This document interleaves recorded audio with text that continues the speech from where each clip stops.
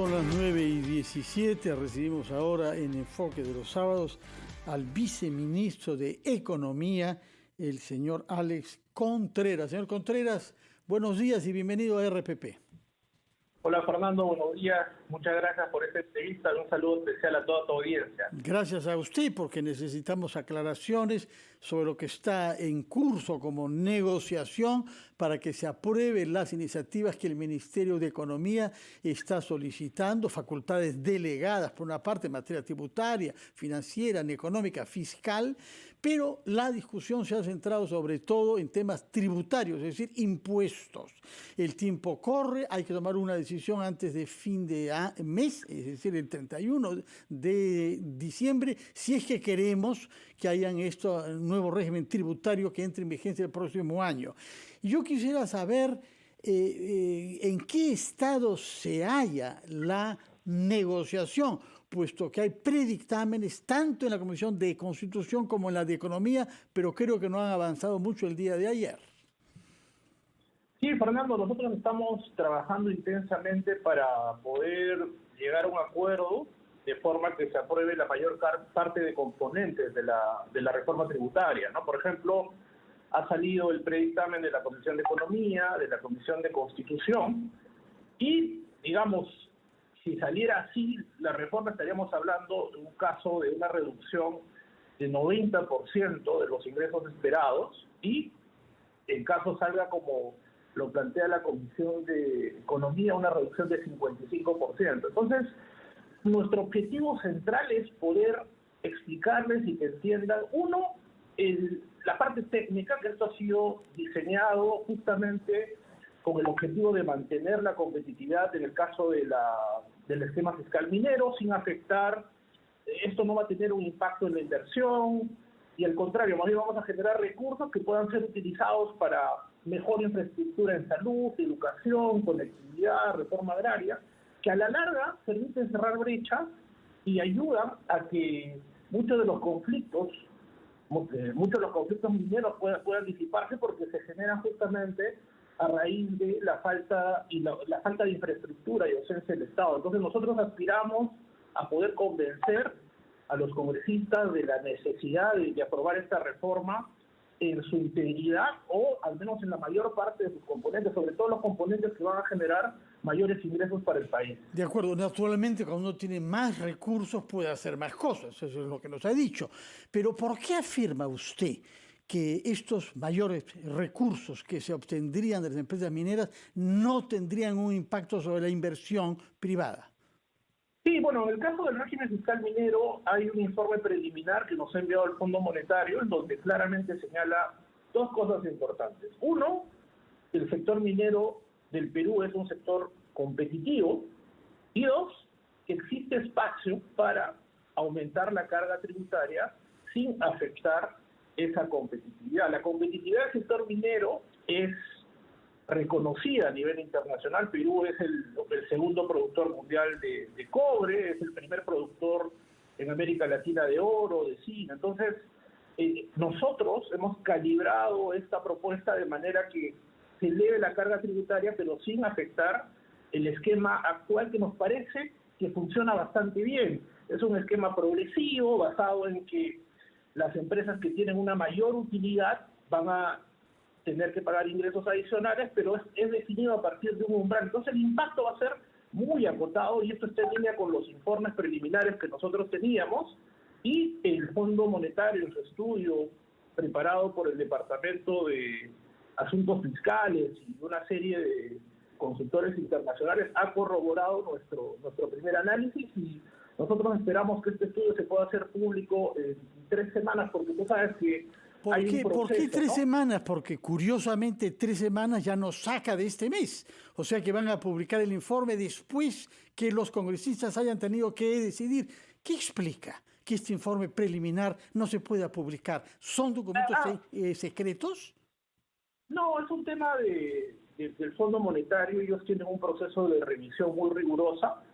Hay un informe preliminar, que es, digamos, la recomendación de informe que hacen estos especialistas. Eso pasa a una fase de revisión, y una vez completada esa revisión y una vez que han recibido los comentarios en este caso del Ministerio de Economía y Finanzas, de SUNAT, es el directorio del fondo el que decide aprobar la versión final que se envía al país. Pero reconocerá usted que llama la atención que usted dice que este informe preliminar en el que se basan o que los hace sentirse respaldados se va a publicar el 2 de enero, dentro de 3 semanas, nos ha dicho. Pero el 31 de diciembre, es decir, 2 días antes, vence la posibilidad de que los congresistas tengan que votar. Y sería bueno que para que voten puedan leer esos documentos que usted invoca. Nosotros lo que hemos hecho es justamente alcanzarle las principales conclusiones de este estudio, pero digamos, el tema de la presentación final no depende de nosotros. No es un informe que ha preparado una institución de mucho prestigio, una institución independiente, y en ese sentido es su proceso regular sobre el que nosotros estamos tratando de acelerar los comentarios, todo para que nos puedan enviar la versión final cuanto antes, pero bueno, hay un proceso que no depende de nosotros. Ojalá que podamos ver ese documento. Ahora, tengo entendido que lo que quieren obtener es 12.000 millones de soles más a partir de estas reformas tributarias. ¿Es correcta esa cifra? 12.000 millones. Es un estimado y más o menos es alrededor de 12.000 millones de soles lo que podemos generar. De esos 12.000 millones, ¿qué porcentaje provendría de la modificación del régimen tributario de las empresas mineras? Yo calculo que probablemente alrededor del 10%, ¿no? Más o menos. O sea, 1.200 millones. Sí, es un estimado preliminar, pero alrededor de eso, de esa cantidad. ¿Y el resto vendría de qué sectores importantes? Porque han hablado ustedes de incluso alquileres, ¿no? Que nos parece muy importante que se apruebe. Uno, el esquema fiscal minero, y dos, la modificación de las rentas de primera y de segunda categoría. Ambos componentes nos permiten generar más o menos, estamos hablando de en conjunto, alrededor casi 3.000 millones de soles, ¿no? Es un estimado preliminar, pero digamos es el gran componente que implicaría un incremento significativo de los ingresos estructurales del país, que comparados con el resto de la región somos pues de menor recaudación. Nos recaudamos 7 puntos menos en términos de PBI que el promedio de América Latina, que ya de por sí es bajo, y recaudamos la mitad de lo que recauda un país de la OCDE. De acuerdo. Ahora bien, esos 12.000 millones de soles suplementarios que ustedes piensan conseguir si se les aprueba esta reforma tributaria, no estaban previstos en el presupuesto que se aprobó hace pocos días por virtual unanimidad. Es decir, ustedes han previsto poder actuar y realizar las obras que están diseñadas para el próximo año sin esos 12.000 millones de soles. Sí, efectivamente, el presupuesto en general es una proyección pasiva. En la medida que esto implica asignar recursos a los sectores, tiene que considerar el esquema tributario vigente, ¿no? Entonces, estos recursos adicionales, como lo has mencionado correctamente, serían un extra que el país podría generar y que nos permitiría acelerar el cierre de las brechas.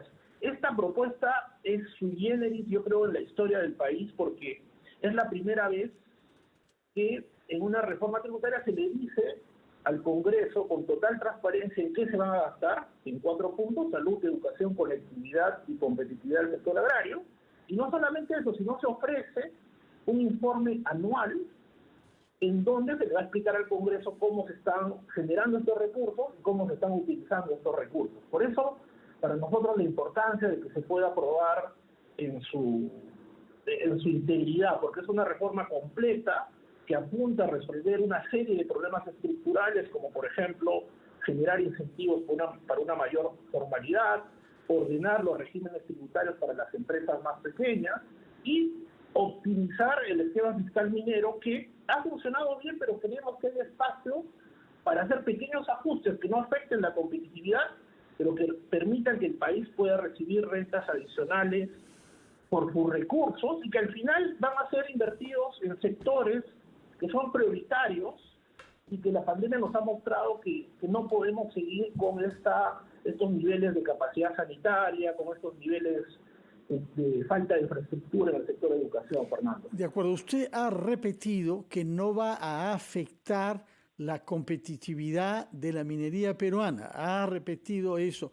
Pero usted es un funcionario de larga experiencia en el MEF y en el Banco Central y se conoce perfectamente que el contexto actual de la minería en el Perú es en sí mismo sumamente precarizado. Hemos tenido el problema en Antamina, hemos tenido los problemas en Ayacucho, una mina quemada, tenemos los problemas en Apurímac con Bambas. Francamente, el contexto general de la minería no parece el más propicio para introducir modificaciones, por más que usted diga que este aumento tributario a un sector de las empresas no altera para nada nuestra sensación de seguridad jurídica ni la competitividad de la minería peruana. ¿Cómo responden a quienes creen que el contexto, visto lo que ha pasado con la minería las últimas semanas, es el peor posible? Estamos en un contexto de boom de precios de commodities que no hemos observado en la historia. Un precio del cobre alrededor de 430. Estamos en niveles máximos que están generando niveles elevadísimos de utilidad operativa. Entonces, el objetivo de esta reforma es básicamente incrementar las tasas adicionales a las empresas que generen mayores utilidades. Solamente van a pagar un poco más aquellas que generen mucha utilidad. Por eso no es una modificación generalizada para todas las empresas mineras, bueno, pero que entre ellas hay minas quemadas, minas que han sufrido el bloqueo de carreteras, minas que son víctimas de una serie de conflictos sociales que el Estado no resuelve. Mira, ahí Fernando, como te decía, o sea, estamos hablando de empresas con niveles de utilidad muy altos. Yo entiendo los problemas de conflictividad social y parte de los objetivos de esta reforma precisamente es ayudar a cerrar estas brechas sociales que son tan fuertes y que generan justamente este tipo de reacciones en la población, ¿no? La ausencia del Estado, la falta de colegios, la falta de oxígeno, la falta de hospitales genera esta sensación de que hay un Estado ausente. Y por eso para nosotros es tan importante generar esta mayor infraestructura en estos sectores prioritarios con el objetivo. Todo el mundo está de acuerdo en que si hubiese más dinero se podría hacer más cosas de las 4 que usted ha mencionado. Ahora, ¿por qué no se ha puesto el acento en la lucha contra la elusión y la evasión, que fue un tema destacado por el ministro Franque también, pero ahora resulta que están priorizando, incluso pidiendo facultades delegadas para este tema tributario y se habla poco? Usted mismo no ha dicho nada sobre la lucha contra la evasión y contra la elusión. No, justamente, Fernando, yo estaba respondiendo a tus preguntas, pero me alegra que mencionas ese tema porque el gran componente de esta reforma tributaria, y por eso que para nosotros es una reforma diferente, es que por primera vez en la historia no se está subiendo el IGB de manera generalizada, el impuesto a la renta, sino se están generando incentivos para reducir la evasión, la elusión. Hay medidas concretas para reducir, por ejemplo, el exceso de litigiosidad, luchar contra las facturas falsas, generar incentivos para que las pequeñas empresas puedan declarar. Ojalá que se logre todo eso y que convenzan a los congresistas para que de una manera reflexionada, pensando en el país y no en los proyectos personales de sus regiones, puedan ir a un voto que sea racional. En todo caso, muchas gracias por sus explicaciones, señor viceministro Contreras. Muchas gracias por su presencia en RPP.